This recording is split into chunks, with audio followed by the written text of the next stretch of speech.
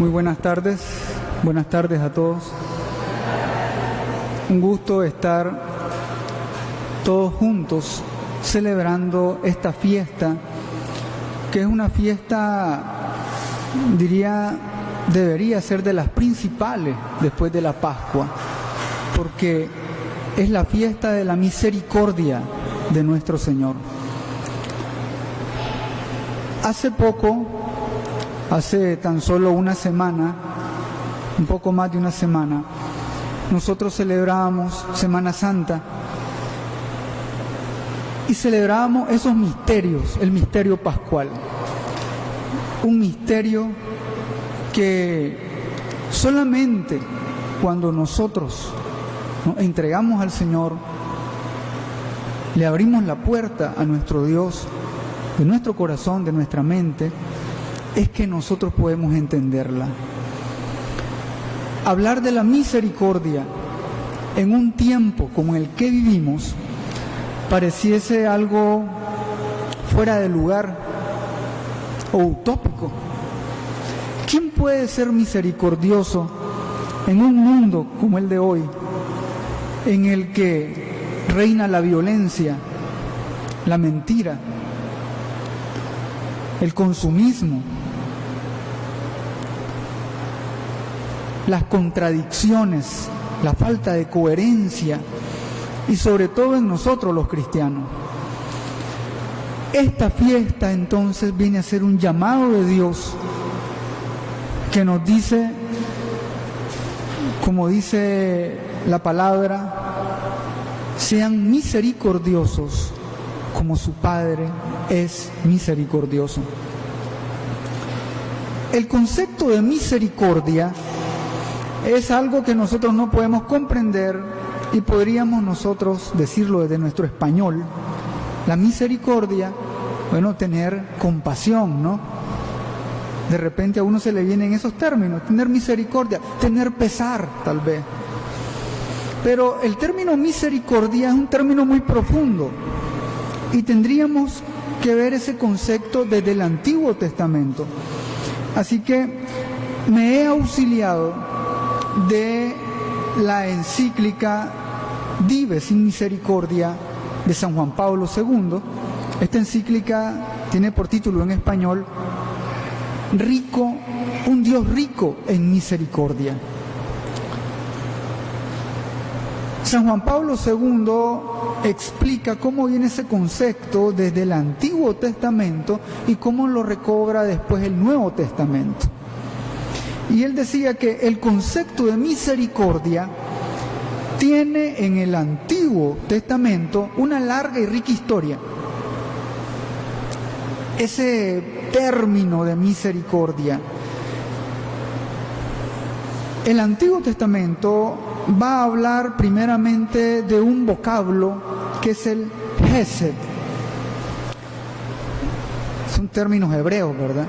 Hesed es, o mejor dicho, indicaba una actitud profunda de bondad, en cuanto era una actitud que podía haber entre dos personas que se tenían, o una a la otra le tenía Hesed, bondad.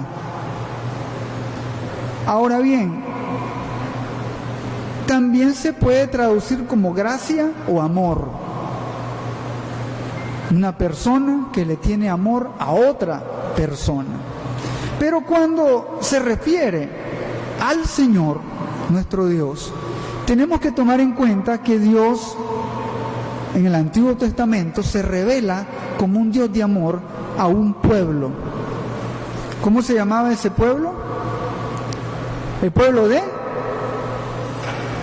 Israel, el pueblo amado por Dios. Entonces, cuando ese Hesed se hace referencia al Señor, se debe tomar en cuenta que está hablando siempre en relación con la alianza de Dios, la primera alianza. Recordemos que Dios establece con ese pueblo escogido una alianza de amor. Dios amaba y ama inmensamente a su pueblo escogido.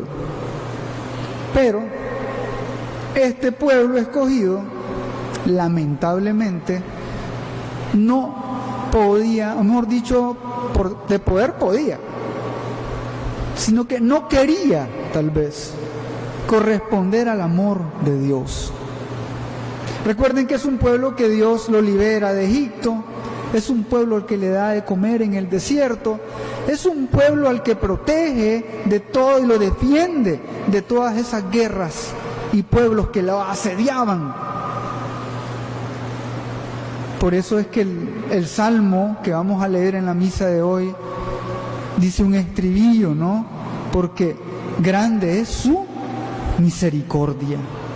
Y el salmo recita todas las bondades y bellezas que Dios ha hecho con ese pueblo en el Antiguo Testamento. Pero les decía que lamentablemente Israel no corresponde con un amor como el que Dios le tiene. Dios es fiel, pero Israel es infiel. Dios cumple sus promesas, pero Israel miente, escapa, no se deja amar por Dios. Nosotros podríamos también decir, qué bárbaro Israel, ¿no? Teniendo todo de Dios y no corresponde su amor. Pero nosotros también nos parecemos a Israel. Somos infieles, sí.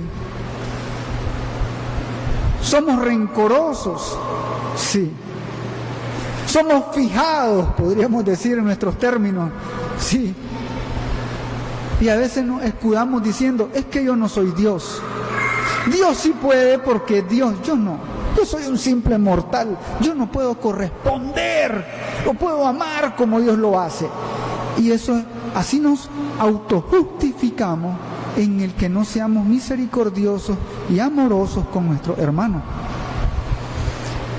Pero Dios entonces va a tener siempre ese gesed, ese amor misericordioso, un amor que da, un amor que es más fuerte que la traición, una gracia más fuerte que el pecado.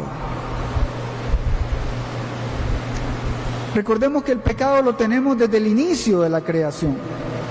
En la vigilia pascual, cuando comienzan a leer esas 7 lecturas, la primera lectura habla del Génesis, ¿se acuerdan? Los que vinieron a la vigilia pascual. Y relataba cómo Dios había creado el mundo, la naturaleza, los animales y todo para el hombre, para que el hombre fuese feliz. Estaba solo el hombre, Dios le da mujer. Tenía hambre, le da comida. Dios le da todo. Pero el hombre, ¿cómo corresponde a todo lo que Dios le da? Le corresponde traicionando la confianza, exigiendo más. Adán quería más de lo que Dios le daba. ¿No le bastaba acaso todo el amor y la gracia que Dios le daba en el Edén? ¿No era feliz Adán? Pero lamentablemente la concupiscencia, nuestra inclinación al pecado, nos hace desconfiar de Dios, exigirle a Dios más cuando en realidad nosotros no damos nada.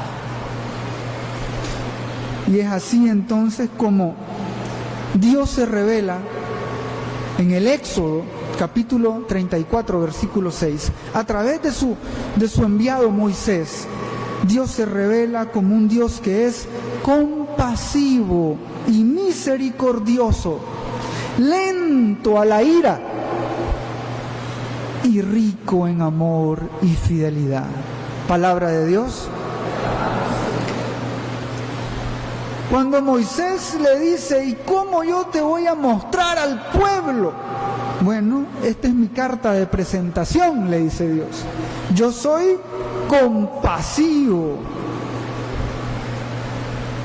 misericordioso, lento a la ira. Me cuesta enojarme con ustedes. Así es Dios. A Dios le cuesta enojarse con nosotros. Somos tan bárbaros nosotros a veces, y aún así Dios nos sigue amando. Pero nosotros no somos así con los demás. Si el otro me hace algo, yo guardo rencor. Si el otro me queda viendo mal, yo lo veo peor y le quito el habla. Somos rencorosos, rápidos a enojarnos, no tenemos paciencia con nadie. Ahí dejen al niño llorar, ¿no? Ahí anda el niño. Hay unos que ya están enojados por la huella del niño, ¿verdad que sí? Somos impacientes. Dios nos muestra entonces que Él es diferente. Dios es diferente a nosotros. Algunos místicos dirán, Dios es más humano que nosotros mismos. En la predicación de los profetas, la misericordia significa una potencia especial de amor. Óigase bien, una potencia. ¿Qué significa potencia? Un poder. La misericordia es poderosa. Y esto porque la misericordia puede más que el pecado y la infidelidad. La misericordia de Dios puede más que nuestro pecado. Es más grande que nuestra infidelidad. El Señor ama a Israel con el amor semejante al amor de un esposo. Dios usa figuras para amar a su pueblo. Y en el libro del profeta Oseas, en el capítulo 2, Dios toma la figura de un esposo. ¿Se imaginan? Israel es la esposa escogida, amada por Dios. Inclusive hay un libro que se llama El Cantar de los Cantares, que yo imagino que ustedes lo han escuchado, lo han leído, donde es Dios el esposo, el que ama. Y la esposa es, ¿quién? Nuestra alma. Porque aquí algunos varones van a decir, yo no soy la esposa de nadie. No, pero aquí estamos hablando en términos de nuestra alma, que nuestra alma no es ni hombre ni mujer, es la parte espiritual que necesita de ese esposo. Y entonces el profeta Oseas utiliza una figura de un esposo, pero no es cualquier esposo.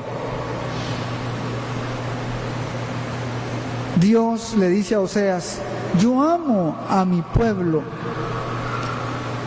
Y para que vean cómo amo a mi pueblo, anda, le dice a Oseas, búscate una esposa. Pero vas a ir a buscarla allá donde se prostituyen.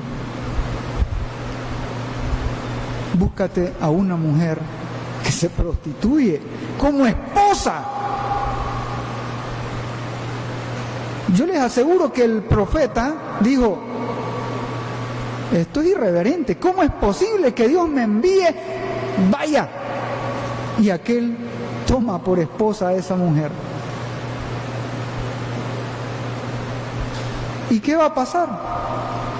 Lamentablemente esa esposa va a seguir siendo infiel. Y le dice Dios al profeta, así es mi pueblo, pero debes perdonarla. ¿Cómo es posible que un esposo, sobre todo en aquellos tiempos, vaya a perdonar la infidelidad de una esposa? A las mujeres infieles, ¿qué les hacían? Las lapidaban, las condenaban a muerte. Ese era un pecado gravísimo. Sobre todo porque el esposo era más que la mujer, que la esposa. Las mujeres no valían mucho en aquel tiempo. Gracias a Dios hoy no. Pero en aquel tiempo las mujeres valían algo como una vaca, un chivo, una cabra. La mujer valía porque tenía esposo, si no, no valía. Por eso es que las viudas eran echadas aparte. Ya en el Nuevo Testamento Jesús viene a cambiar esa visión, pero en el Antiguo Testamento esto era escandaloso. Y un esposo que perdonara a una mujer infiel, esto era escandaloso. Pero Dios le dice al profeta: yo soy ese esposo y que les perdono sus infidelidades. Pero en el Antiguo Testamento también van a aparecer otros, por así decirle, vocablos para hablar del amor misericordioso. Hay un segundo vocablo, hay varios, voy a referirme a dos. El primero, ¿cómo se llamaba? Se le olvidó ya. El Hesed. Hesed, ese amor misericordioso de Dios. Y el segundo vocablo, que en la terminología del Antiguo Testamento sirve para definir la misericordia, es Rahamim. ¿No se les olvida? Rahamim. En su raíz etimológica, les digo, esto es hebreo, viene de rehen, que significa regazo materno. Entonces, Rahamim se podría traducir como las entrañas maternas. ¿Qué son las entrañas? Las entrañas es lo que tenemos, que están adentro, ¿no? En lo más profundo de nuestro ser. Y es, por así decirlo, una variante femenina del término Hesed, porque el término Hesed, les repito, se daba en relación a dos personas, la forma en que un hombre amaba a otro ser humano, un ser humano ama a otro ser humano. Pero esto quedaba, déjenme utilizar esta expresión, quedaba corta, quedaba chinga para explicar cómo Dios ama. Entonces se utiliza este otro término, pero este término de Rahamim, que viene de entrañas, es un término femenino, porque cuando, por ejemplo, queremos referirnos a un hijo, las mujeres dicen: ¿hijo de dónde? De mis entrañas, cosa que los hombres no podemos, ¿verdad? Los hombres no podemos en nuestras entrañas, ¿verdad?, formar ahí un hijo. Esto solo lo pueden hacer las mujeres. Entonces el término para significar amor misericordioso de Dios, Rahamim, hace referencia a un término más femenino. Y en este trasfondo, San Juan Pablo II, que era un filósofo y un antropólogo por excelencia, dice: en este término Rahamim hay un trasfondo psicológico. Claro, porque nos estamos refiriendo más a algo femenino. La mayoría de las que están aquí son mujeres, ¿no? Levanten la mano las que son mamás. La mayoría. Sus hijos salieron de sus entrañas. Y si nosotros pudiésemos decir, ¿cómo es el amor de una madre? Una madre ama muy diferente a lo que ama un padre, ¿sí o no? Cuando un hijo se porta mal, el padre normalmente es el que corrige, porque es el que educa con más firmeza, podríamos decir.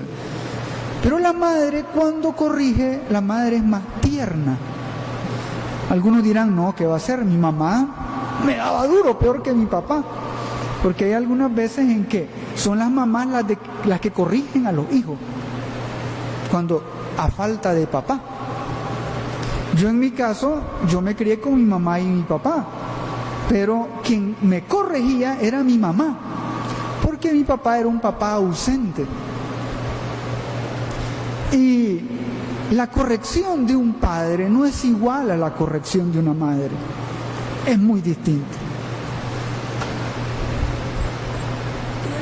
A lo que quiero volver es que la madre es más tierna, es más apasionada, ama más, por así decirlo, se entrega más. Esa característica la tiene la mujer. Si hiciéramos un conteo estadístico, bueno, viéndolo desde acá, ¿quiénes son más devotos, creen ustedes, a la misericordia divina? ¿Las mujeres o los hombres? Las mujeres, dice, porque están aquí ustedes, ¿verdad? Pero puede ser que a través de los medios, ¿no? A través del Facebook, estén muchos hombres viendo. Puede ser. Pero sí, porque las mujeres tienen una sensibilidad que los hombres no tenemos. Las mujeres, puedo preguntar, ¿quién ama más? ¿Un padre o una madre? La madre, vuelven a decir. No, ahí ya no sé, porque un padre también ama, pero de diferente forma. Entonces, Dios usa este término, rahamim, para, por así decirlo, mostrar sentimientos más de bondad, ternura, paciencia y comprensión. Porque el término Gesed de Dios, les repito, lo utiliza como un esposo, como hombre, que es fuerte, que es firme. Pero Dios ama como padre y como madre. Aquí claro está que no hay que confundir, porque la vez pasada anduve escuchando por ahí que algunas corrientes e ideologías andaban diciendo que Dios era mujer. No. Y si los machistas también dicen es que Dios es hombre, lo sentimos mucho, tampoco. Dios no es hombre ni mujer. Dios es un ser espiritual que no tiene sexo. ¿Cómo es eso? ¿Y Jesús? Jesús es diferente a Dios Padre. Recordemos que nosotros creemos en Padre, Hijo y Espíritu Santo. Jesús sí es verdadero Dios y verdadero hombre. Tiene dos naturalezas, la humana y la divina. Por eso es que Jesús tiene cuerpo. Por eso es que Jesús tiene físicamente un cuerpo. Por eso el Papa Francisco, en el año de la misericordia, en este documento Misericordia Vultus, que dice el rostro de la misericordia, dice que el rostro de Dios nadie lo miraba en el Antiguo Testamento. Nadie lo vio. Y Moisés, ni Moisés lo vio. No pudo. Dios, cuando iba a pasar cerca de Moisés, le decía, date vuelta, y Moisés le daba la espalda a Dios, porque si lo miraba caía muerto. Si nosotros pudiéramos ver a Dios, caemos muertos. No podemos, porque somos pecadores. En el cielo, sí, ya cuando estemos purificados, seamos santos, allá en el cielo, ahí sí vamos a poder ver a Dios cara a cara. ¿Quiénes quieren ir al cielo? Levanten la mano. La mitad nada más. Y los otros no quieren ir al cielo. ¿Y a dónde quieren ir? Cuéntenme. Si no van al cielo, ¿a dónde van a ir? Hermano, tengamos ansias de cielo. La misericordia de Dios nos asegura que nosotros podemos ir al cielo. Entonces, este segundo vocablo es utilizado, por ejemplo, en Isaías capítulo 49, versículo 15. El profeta Isaías dice: ¿puede acaso una mujer olvidarse del niño que cría, no compadecerse del hijo de sus entrañas? Pues bien, aunque a alguna lo olvidase, yo nunca me olvidaría de ti. Palabra de Dios. Aquí, ¿qué está diciendo Dios? Que su amor es superior al de una madre. Yo sé que para el Día de las Madres todo el mundo, madrecita del alma querida, no hay amor más grande. Sí hay amor más grande, el de Dios. Ahí después del amor de Dios, ahí sí, el amor de una madre. Ahí sí estamos bien, el amor de una madre. Una madre ama. Imagínense cuánto ama una madre. Ahora multipliquen eso por 1.000.000. Así ama Dios a cada uno de nosotros.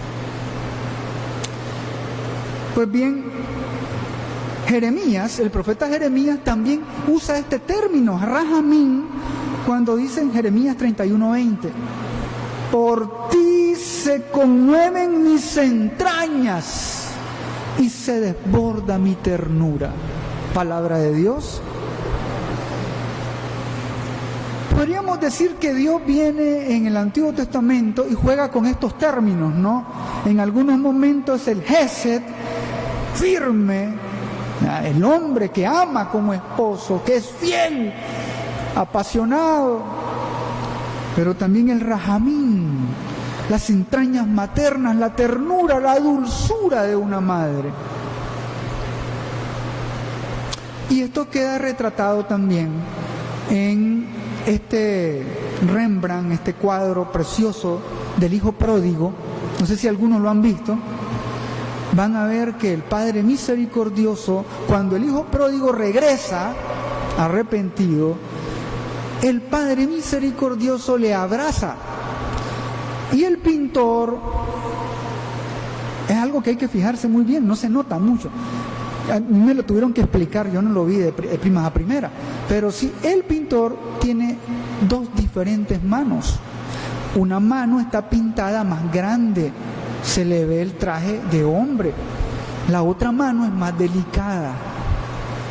Está figurando que Dios ama como padre y como madre, con el Hesed y con el rahamim.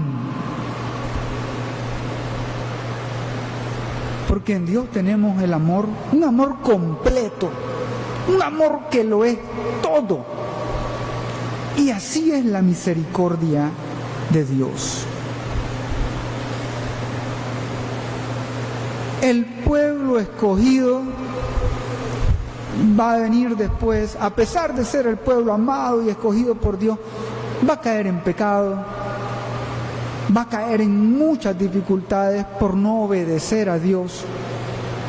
Llegó un momento en el que el pueblo de Israel dijo: a Dios no lo vemos, las otras naciones tienen reyes, nosotros queremos tener un rey también. Y en aquel momento el profeta de Dios les dice: ¿cómo es posible? Si tienen ya a Dios, ¿para qué quieren tener un rey, un hombre de rey? Porque queremos verlo.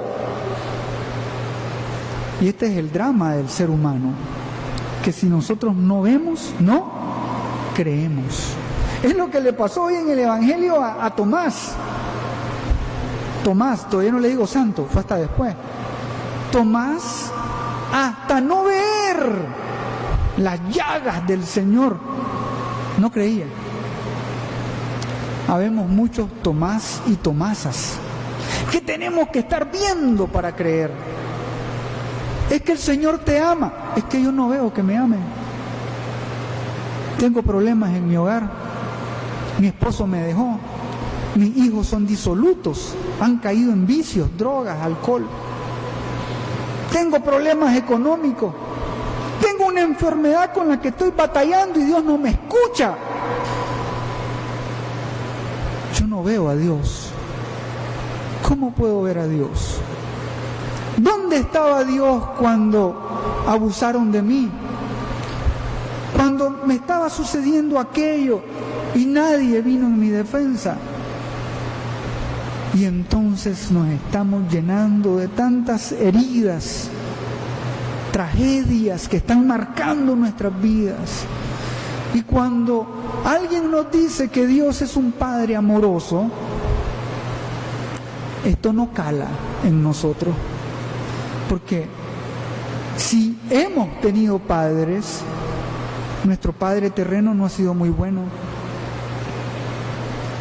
lamentablemente. En mi experiencia no he tenido el mejor de los padres. Tal vez aquí alguien ha tenido un buen padre, qué bueno. Pero cuando no se tiene la experiencia de un amor de padre bondadoso, que proteja, algo falta en nosotros. Es ahí donde esta devoción a la misericordia toma más sentido, porque yo puedo entonces sentir, aunque no lo vea, ese amor de Padre. Por eso el Evangelio termina hoy: dichosos los que sin ver creen. Porque esto solo puede ser a los ojos de la fe. El pueblo de Dios quería ver a Dios, pero no quería verlo como es, un rey poderoso en el cielo. Quería verlo aquí, en un trono, reinando. Y entonces Dios le dice al profeta: ay, déjalos, vamos a darle un rey. Y adivinen qué le pasó al pueblo de Israel con los reyes. Les fue mal. Les fue mal. Tuvieron un rey Saúl que fue desastroso. El más grande rey que tuvieron fue el rey David, y aún así David le fue infiel a Dios. Salomón ni se diga. Y los otros reyes, peor la cosa. Entonces, ¿para qué queremos ver a alguien que quisiésemos nosotros tenerlo como Dios, pero al final es un Dios que no nos da un buen ejemplo? Y digo, ¿por qué un Dios con D minúscula?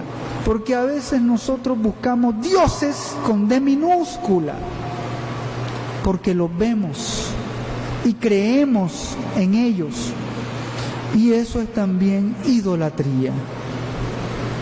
¿Y quiénes pueden ser esos dioses? Personas, artistas, cantantes, líderes religiosos o políticos, no sé.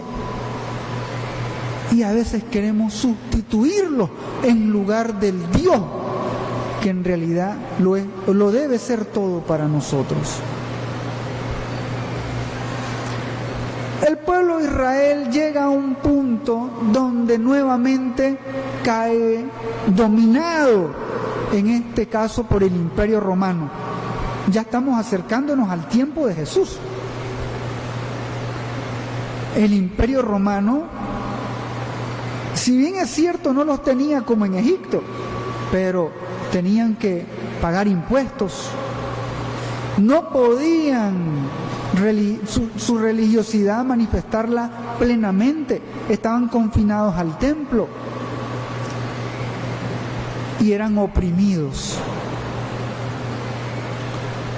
Ellos esperaban un Mesías que los liberara de ese yugo, pero ellos esperaban siempre un Mesías humano, con rostro humano, que los liberara para que ellos fueran nuevamente una potencia terrena.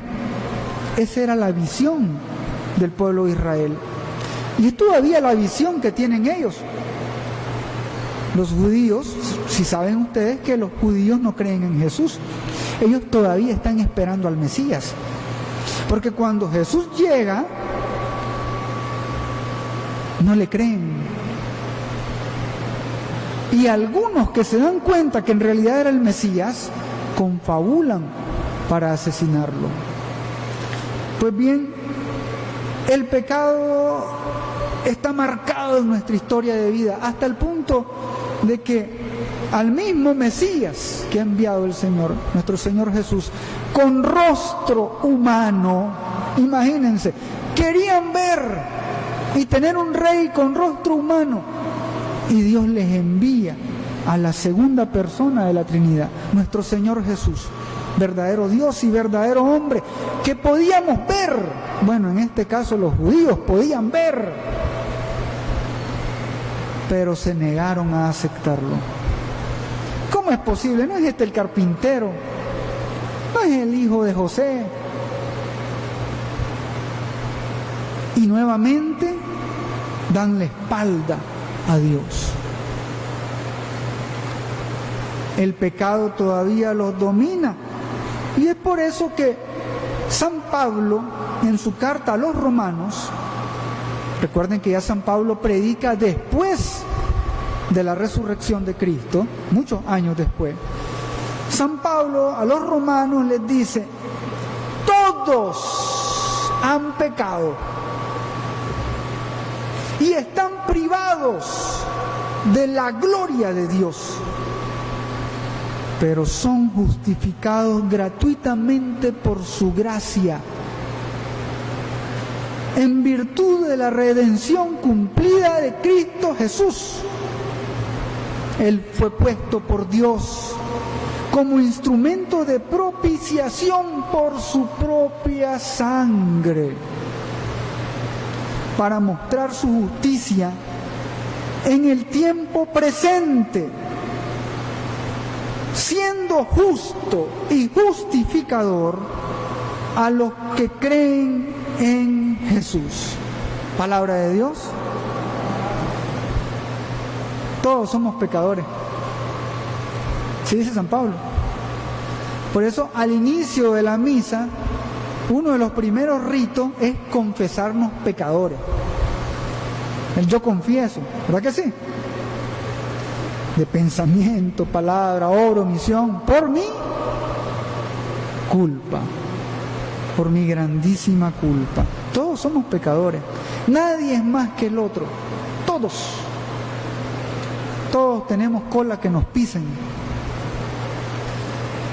Y entonces dice San Pablo: pero nosotros hemos sido justificados gratuitamente por la gracia de Dios a través de Jesús, nuestro Redentor. Ese Jesucristo en que algunos no creyeron, ese que se acuesta en el madero de la cruz, ese nos consigue justicia. ¿Cómo es eso? Si ustedes recordarán, cuando Adán y Eva pecan, son expulsados del paraíso. ¿Se recuerdan eso, no? Y para que no se regresaran al paraíso, Dios le puso unos ángeles en la entrada con unas lanzas para que no pasaran. Y dijo: el ser humano no puede entrar aquí al paraíso porque está privado de la gracia de Dios, ha pecado. Entonces las puertas del paraíso se cerraron, las puertas del cielo se cerraron. Nosotros no podíamos ir al cielo antes de que viniera Jesús. ¿Qué pasaba con toda la gente antes que moría en pecado? Iban a un lugar que le llamaban la Gehenna, los abismos, el infierno. Y la gente buena iba al cielo. No, la gente buena no iba al cielo, porque las puertas del cielo estaban cerradas. Y entonces, ¿a dónde iba la gente? Los judíos decían: cuando alguien justo y bueno moría, va al seno del padre Abraham. ¿Se acuerdan? Y es por eso que en la parábola del rico Epulón, el rico Epulón va al infierno ahí tranquilamente, ¿no? Directo, pero Este hombre mendigo, ¿cómo se llamaba? Lázaro. Gracias, hermana. Algunos leen la Biblia aquí. Lázaro, dice, no dice, fue al cielo y contempló directamente, cara a cara a Dios. No dice eso la Escritura. Dice, Lázaro fue al seno del Padre Abraham.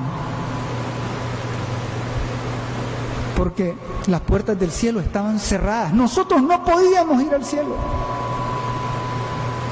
Cuando Jesús muere, por eso dice el credo, descendió a los infiernos. Dicen que Jesús fue a predicar a los infiernos y fue también a rescatar a todas esas almas que estaban perdidas. Les predicó. Los días que Jesús estuvo en el sepulcro, no estuvo durmiendo. Nosotros decimos, duerme. No, Jesús estaba todavía trabajando, andaba predicando en el infierno. Todavía esos pudieron y alcanzaron. Y los buenos que habían muerto, esos directamente fueron al cielo con Jesús. Porque las puertas del cielo se abren a través de la redención en Cristo. Pues bien, esta es la forma de justicia de Dios. El pecado que comete Adán y Eva es un pecado contra Dios, no contra un hombre. ¿Cómo se redime el pecado contra un hombre? Por ejemplo, si alguien comete una falta contra un hermano, ¿qué tiene que hacer? Disculparse, ¿verdad? Disculparse. ¿Qué más tiene que hacer? Reparar el agravio. En el Antiguo Testamento lo que existía era la ley del talión. ¿Se acuerdan? Ojo por ojo y diente por... Si alguien me robaba una cabra, la ley me permitía que yo también le robara una cabra a él. Si alguien me golpeaba, la ley me permitía que yo también le diera a él. Qué bonita esa ley, ¿verdad? Era bien justa. Dan, darán, ¿verdad? Pero no, esa no es la ley de Dios. Jesús cuando viene cambia completamente y ya no dice, bueno, a tu enemigo dale también, no, sino que dice, amen a sus enemigos. Si alguien te pide una túnica, dale tu túnica. Si alguien te pide que camines con él tantos kilómetros, corre el doble con él. Aquí entonces cambia la visión porque ya Jesús viene con esta nueva alianza, la alianza de su carne y de su sangre en su misterio pascual, a mostrarnos la misericordia de Dios. Dios hace justicia siendo misericordioso. Y podríamos creer que la misericordia está en contraste con la justicia. Porque Adán y Eva pecaron contra Dios y es una ofensa grave. Hasta el punto que esta ofensa grave nosotros la hemos heredado. Ese es el pecado original. Y por mucho que nosotros hiciésemos en aquel tiempo oblaciones, sacrificios, que entregáramos nuestra misma vida, no podíamos entrar al cielo. Porque la ofensa fue tan grande que necesitábamos no el sacrificio de un hombre cualquiera como nosotros, necesitábamos el sacrificio del hombre Dios, de Jesús, para poder reparar ese daño. Es por eso que en el Exultet, en el pregón pascual, dice esta frase: oh grande culpa que mereció tan grande Redentor. Esa culpa era tan grande que nosotros necesitábamos de Dios para poder redimirnos. Y es eso lo que hace Jesús. Ahí es donde actúa la justicia de Dios. El misterio pascual, dice entonces San Juan Pablo II en la encíclica Dives in Misericordia, el misterio pascual es el culmen de esta revelación y la actuación de la misericordia. Ahí en el misterio pascual, en la pasión, muerte y resurrección, se da el culmen de la misericordia. Ahí Dios, ¿qué más puede hacer? Ha abierto los brazos en la cruz para salvarnos. Una misericordia tal que es capaz de justificar al hombre, de restablecer la justicia en el sentido del orden salvífico que nosotros no podemos tener. Es gracias entonces al sufrimiento de Cristo, a su redención, que todo hombre puede encontrar misericordia. Toda mujer puede encontrar misericordia. El creyente y el no creyente también. Porque esta devoción, hay algo particular en esta devoción. Esta devoción a la divina misericordia no es solamente para los santos y los buenos como nosotros, entre comillas. ¿Ah? Solo los buenos pueden rezar esta coronilla. Eso dice Sor Faustina, la apóstol de la misericordia. Dicen que los más grandes pecadores pueden rezar esta coronilla. ¿Ah? Esto es lo nuevo de esta devoción, que es especialmente para los pecadores. Pues especial para todos nosotros, porque todos somos pecadores, pero más especialmente para aquellos que se sientan los más pecadores de los pecadores. Cuando Jesús estaba, como a esta hora, el Viernes Santo, ¿verdad?, con este calor, en la cruz, Jesús tenía a la par a dos malhechores. ¿Se recuerdan? Sí. Les decían ladrones, ¿no? Incluso hay una figura que utilizan ahí, el buen y el mal ladrón. Es una figura que no está bien, ¿verdad? Porque el ladrón es malo siempre. No hay el buen asesino y el mal asesino, no existe eso. Pero bueno, la tradición ha dicho eso, ¿no?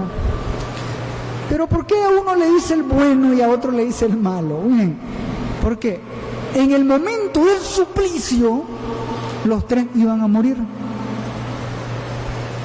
Pero hay uno que se le acerca a Jesús y le dice, ¿se recuerdan? Señor, acuérdate de mí cuando estés en el paraíso. Yo a veces me pregunto, ¿cómo este hombre fue capaz de reconocer a Dios ahí, colgado en una cruz? Yo no sé, qué gracia tan grande la de este hombre, un hombre malo, pecador, un malhechor, quién sabe cuántas barbaridades había hecho en su vida. Mientras que el otro lo insultaba y le decía, ¿y cómo es que sos Dios? Salvanos pues. Si estás en la cruz es porque sos igualito a nosotros. Esos son los que tienen cerrado el corazón. Los que dicen, ¿para qué ir a la iglesia? ¿Para qué rezar? ¿Para qué confesarme? No, ni quiera Dios, un hombre más pecador que yo. Son esos los que tienen cerrado el corazón y no son capaces de reconocer a Dios, que lo tienen al lado, sufriendo junto a ellos. Esta es la diferencia del Dios cristiano, La vez pasada escuchaba un testimonio de conversión de un hombre ya mayor, un hombre muy inteligente y muy estudioso, que había leído a tantas figuras, Marx, Lenin, Mahoma, Buda y tantas cosas más. Y en momentos de problemas existenciales, cuando él quería encontrar algo de lo cual sostenerse, una tabla de salvación, ninguno de estos grandes podían identificarse con él. Pero cuando miró al crucificado, colgado de una cruz, sufriendo, dice que él entendió que ese Dios sufría con él, que es un Dios que no está reinando con cetro y corona, con realeza, es un Dios sufriente, que sufre con cada uno de nosotros. Y esto es lo revolucionario del cristianismo. Nuestro Dios sufre con nosotros. Aquí no hay oración trascendental que nos iluminamos y que no, nada de eso. Aquí hay un Dios que nos ilumina con el sufrimiento. Y que después dirá San Pablo, yo completo los sufrimientos de Cristo con mis sufrimientos. Yo los puedo unir a la cruz. Y esto es redentor. Ahí está el culmen de la misericordia de Dios. Por eso, el buen ladrón le dice, acuérdate de mí. Tú, Dios, que sufres conmigo, acuérdate de mí. Lo está confesando en ese momento. Ese es el confesionario. Porque cuando un sacerdote está confesando, es Cristo quien nos confiesa. Y la respuesta siempre, ¿cómo es la justicia divina?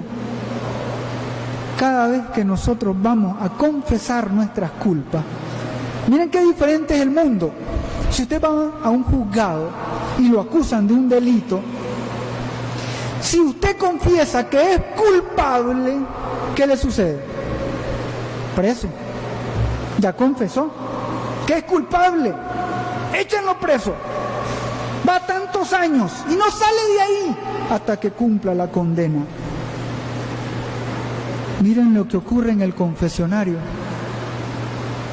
Cada penitente, cada malhechor, cada pecador que se arrodilla en el confesionario y confiesa que es culpable por mi culpa, por mi gran culpa, sale absuelto y libre. Esa es la misericordia de Dios. Es la confianza de que por más cosas malas que yo haya hecho, Dios siempre me ama y tiene misericordia. ¿Qué problema es entonces cuando un pecador no entiende la misericordia de Dios? Y esto le pasó, vamos a poner el ejemplo, de Pedro y de Judas. Los dos, ¿quiénes eran los dos? ¿Qué eran? Eran apóstoles de Jesús. ¿Cuánto tiempo anduvieron con ellos?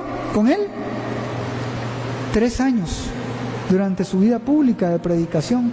Comieron con él, vieron los milagros, vieron las sanaciones, la multiplicación del pan. ¿Cuántas cosas no vieron? Los dos fueron educados igual por Jesús. Pero en el momento de la pasión, ¿los dos pecaron, sí o no? Sí. Pedro pecó, ¿qué cosa? ¿Qué hizo? Lo negó una vez. ¿Cuántas veces lo negó?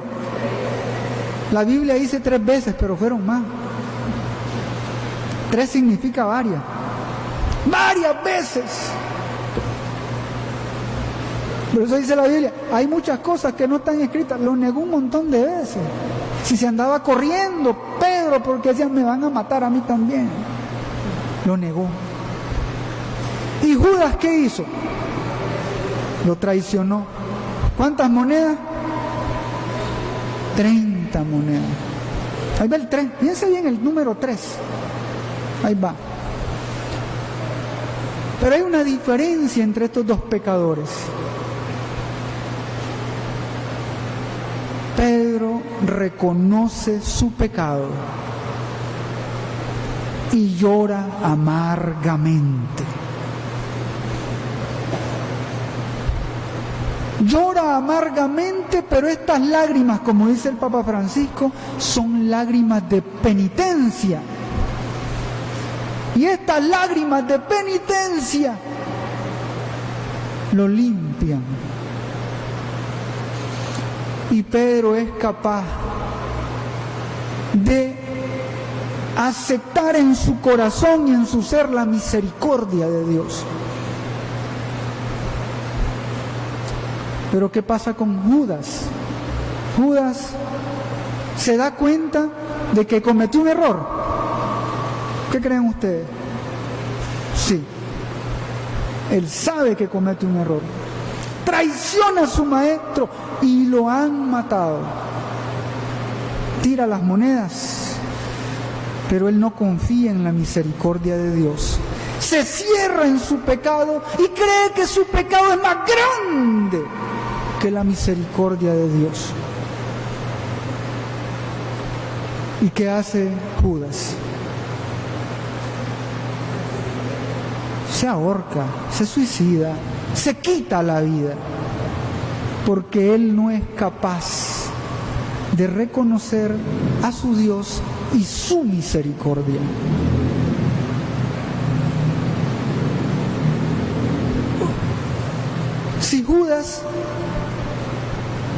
Si a Judas le sucede lo mismo que a Pedro, Judas se hubiese ganado el cielo también, porque Pedro igual que él pecó. Pero hay una gran diferencia entre ellos dos. Está en el pecador que se arrepiente y acepta la misericordia de Dios, y el pecador que se cierra en su pecado y cree que Dios no puede perdonarlo. Eso es lo que sucede a veces con algunos hermanos que de repente vienen a misa y ven que está el sacerdote confesando, pero no van a confesarse porque se sienten tan mal que creen que no tienen perdón de Dios. Incluso algunos ni entran a la iglesia por eso. Pero esta devoción viene a darnos esperanza, hermano. Esta devoción de la misericordia es tan reciente, tiene tan pocos años, pero ha ganado tantos fervorosos y devotos en el mundo, porque es una devoción con la que nos podemos identificar plenamente. En cada decena decimos: por su dolorosa pasión, en misericordia de nosotros y del mundo entero. Cuando Sor Faustina tiene las visiones de Jesús, tiene las visiones de un Cristo glorioso, y es por eso que tenemos esa bella imagen, un Cristo resucitado, ¿sí o no? Pero que tiene las cicatrices, las marcas de la crucifixión. No podemos esperar un Cristo glorioso solamente, sin marcas de crucifixión. Estos son un recordatorio. Algunos místicos dicen incluso que inclusive en el cielo Jesús todavía se le ven las marcas, pero estas ya no sangran, Cuando el Padre Pío tenía los estigmas, estos le sangraron por casi 50 años. Y llegado el momento en que ya iba a acercarse su muerte, se le quitan los estigmas y ya no tenía marcas. Tenía marcas, pero no tenía sangre. Esto quiere decir que debemos tener presente la pasión, muerte y resurrección de nuestro Señor. Y el Señor, cuando se le aparece a Sor Faustina, le está mostrando el costado abierto también. O sea, esta imagen la podemos transponer a la imagen del crucificado, porque su costado está abierto y de él salen sangre y agua. La sangre recuerda su sacrificio, el sacrificio redentor. Nos recuerda la Eucaristía y el agua, al agua del Espíritu, nuestro bautismo, sangre y agua. Y por eso Sor Faustina escribe en su diario, en el número 965, las almas mueren a pesar de mi amarga pasión. Por eso les ofrezco la última tabla de salvación, es decir, la fiesta de mi misericordia. Si no adoran mi misericordia, morirán para siempre. Hay una advertencia. Primero hay una esperanza. Yo les ofrezco en esta fiesta una tabla de salvación. Es como que nosotros seamos náufragos. ¿Saben qué es un náufrago? Cuando el barco es destruido y queda ahogándose, ¿no? Se está ahogando y alguien le tira o encuentra una tabla de esos pedazos del barco y es su salvación. Esa es una tabla de salvación. Pues bien, dice Jesús, mi misericordia divina es la última tabla de salvación que tienen. La última. Ya no hay más. Esa tabla hecha del madero de la cruz es la última. Aprovechenlo. Si no adoran, ahí viene la advertencia, si no adoran mi misericordia, morirán para siempre. Adorar es una forma con la cual nosotros aceptamos el señorío de Dios. Cuando Jesús resucita, ¿qué hacían los que le encontraban? Se postraban y le adoraban. Nosotros también hoy debemos postrarnos ante su misericordia y adorarle. Dentro de unos minutos en la Santa Misa, Jesús se va a hacer presente y su sacrificio va a estar ahí en el altar. Y nosotros nos postraremos y le adoraremos, porque ahí está su misericordia. Dice en el número 699 del diario, deseo que la fiesta de mi misericordia sea un refugio y amparo para todas las almas, y especialmente para los pobres pecadores, especialmente. Por eso rezamos por nosotros primeramente, pero también por aquellos pecadores. Y sobre todo los casos más difíciles. Yo voy a comenzar a pedir por una persona, les voy a ser sincero, que no me cae bien. Tengo que ser sincero. Que no me apetece estar junto a cerca de esa persona. Pero Mientras he estado meditando toda esta semana, el Señor ha dicho: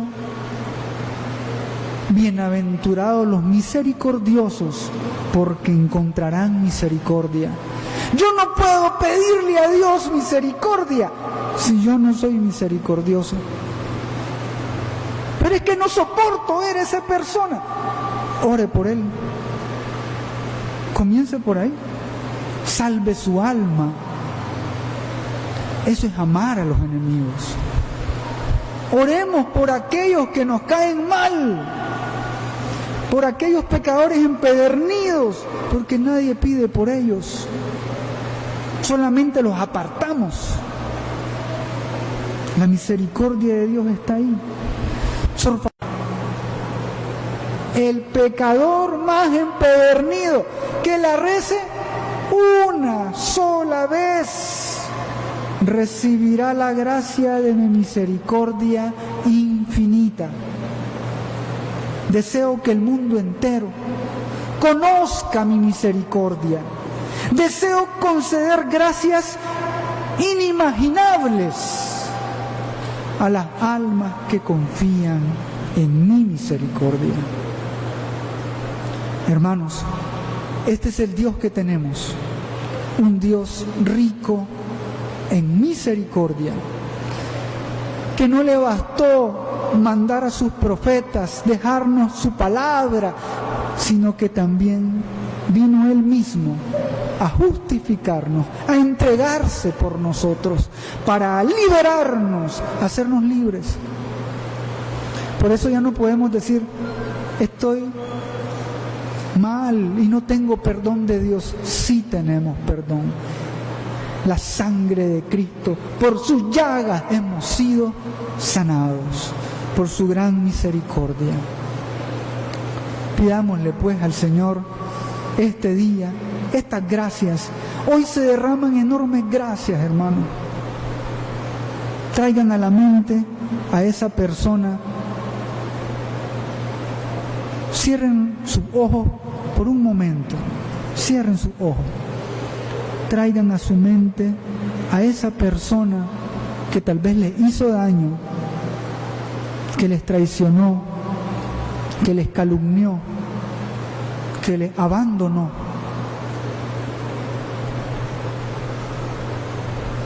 Y pidan por esa persona. Entréguenlo a la misericordia de Dios. Un Dios que clavado en la cruz dijo: perdónalos, Padre, porque no saben lo que hacen. Pónganlo en sus manos, porque todo lo que esté en manos del Señor está lleno de gracia y salvación. Pidámosle a Sor Faustina que interceda por nosotros, por nuestro país, por nuestra iglesia, y que nosotros también seamos apóstoles de su misericordia, siendo misericordiosos con nuestros hermanos. Pidámosle también a María Santísima,